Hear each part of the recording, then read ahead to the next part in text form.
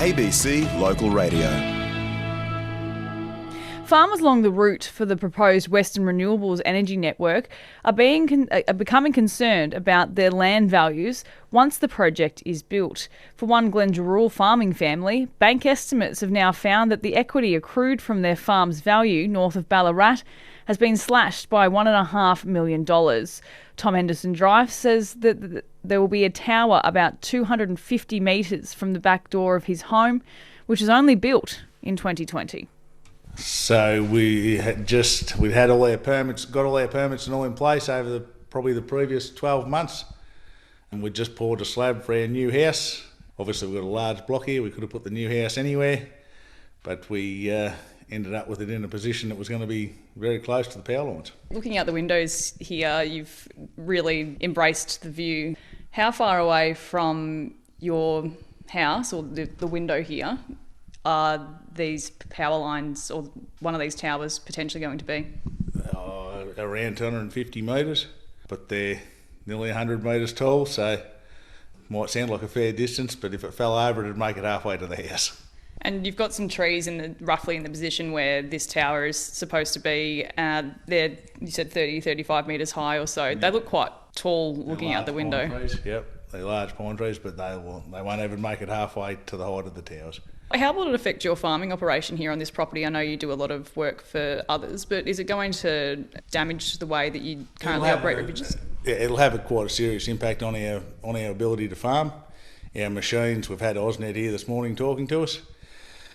We'll need permits to run quite a few of our machines under the power lines. We have contractors work for us with headers. We'll have to have permits for them. They'll basically have to have inductions. It is a massive issue just for our basic farm machinery, let alone aerial spraying, drone spraying, those types of things. Yeah, it'll have massive implications for us in that respect. Another common practice when running any farming business really is to, or at a family level, accrue some debt, have some equity and be able to run your business that way as well. You've recently found out some pretty bad news in that respect. Yep. We were in the process of purchasing a new block of land. We were in discussions with the bank, our final discussions as we were getting close to settlement. And the bank quizzed us on the power lines, wanted to know whether we thought we were likely to get them or not. We had been given poll locations only weeks prior to that, so it was pretty hard to hide from the fact that Ausnet still fully intend to put lines through here. Yeah, once we sort of told the bank that, they were already aware of it. They just wanted to hear it from us, I guess.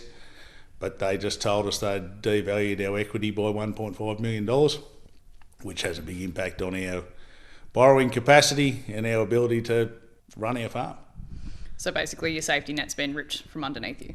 Yeah, yep. If we had a bit of spare equity left that we were looking to do something else with, it's gone now for sure. And then what happens if there is any sort of major, say, weather-related disasters? We've been talking about an El Nino that's around the corner, some dry weather, maybe a drought. What does that mean when you haven't got that equity there? Yeah, it could have massive implications. No one knows until the season unfolds and we work out where we sit, but no one wants to be missing $1.5 million from their business.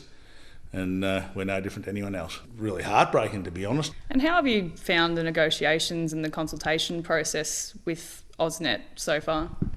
The consultation's been horrendous. Like they know what they want and they're only worried about what they want, and they really don't seem to care about others and what their needs might be. So what's the next step for you both? We don't really know, to be honest. We have no chance. Ausnet have made it clear we have no chance of getting our equity back. They won't take responsibility for that whatsoever. They are trying to encourage us to go through the compensation process, which is another issue altogether as far as we're concerned. We've lost this equity 6 months ago now. It's missing from our business. We want it back. Their compensation process would see us have valuers, I guess, valuers from their side and valuers from our side, and would have to come to an agreement of what the devaluation is between the two lots of valuers. That might be put on paper, but they wouldn't pay it until the power lines go up anyway, which could be years down the track, and that's all they've offered is to put a figure on paper as to what the loss might be, with no intentions of fixing up the problems that have arisen from the line so far.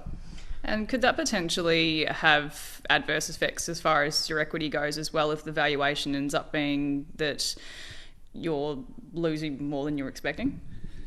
Yeah, definitely. At the minute, we've basically got a finely balanced set of scales where we can handle the $1.5 million and continue on, assuming nothing bad happens. But if we were to go with a lower valuation off Ausnet and we'd have to have a fight with the bank to try and sort that out, or if we come up with a higher devaluation through our own legal team, we would end up with bigger problems with the bank. So it's hard to get inspired to go through that process. Have you heard of any other farmers in the region that are having the same issues? Look, the issues, they've probably arisen early for us because we've gone through the process of buying a block of land at the same time as all this is unfolding. I would imagine every farm along the line stands to end up in exactly the same position as us. We're probably just we've just showed up earlier than most. There's no argument really though that Australia's power network will need to be upgraded to facilitate the renewable energy transition that's going to happen. There's doubts now as to whether that's going to be meeting the targets as far as the years go because of pushback to projects such as this. But what would your solution be if these power lines don't get built here? What's the solution? Well, underground would actually solve all our problems. Mitigates a lot of the risks. It could come through our place underground and it wouldn't have the same effect on us that it's currently having. That was Glendurul farmer Tom Henderson-Drive, and you heard a little bit of his wife Cherie there as well. 0467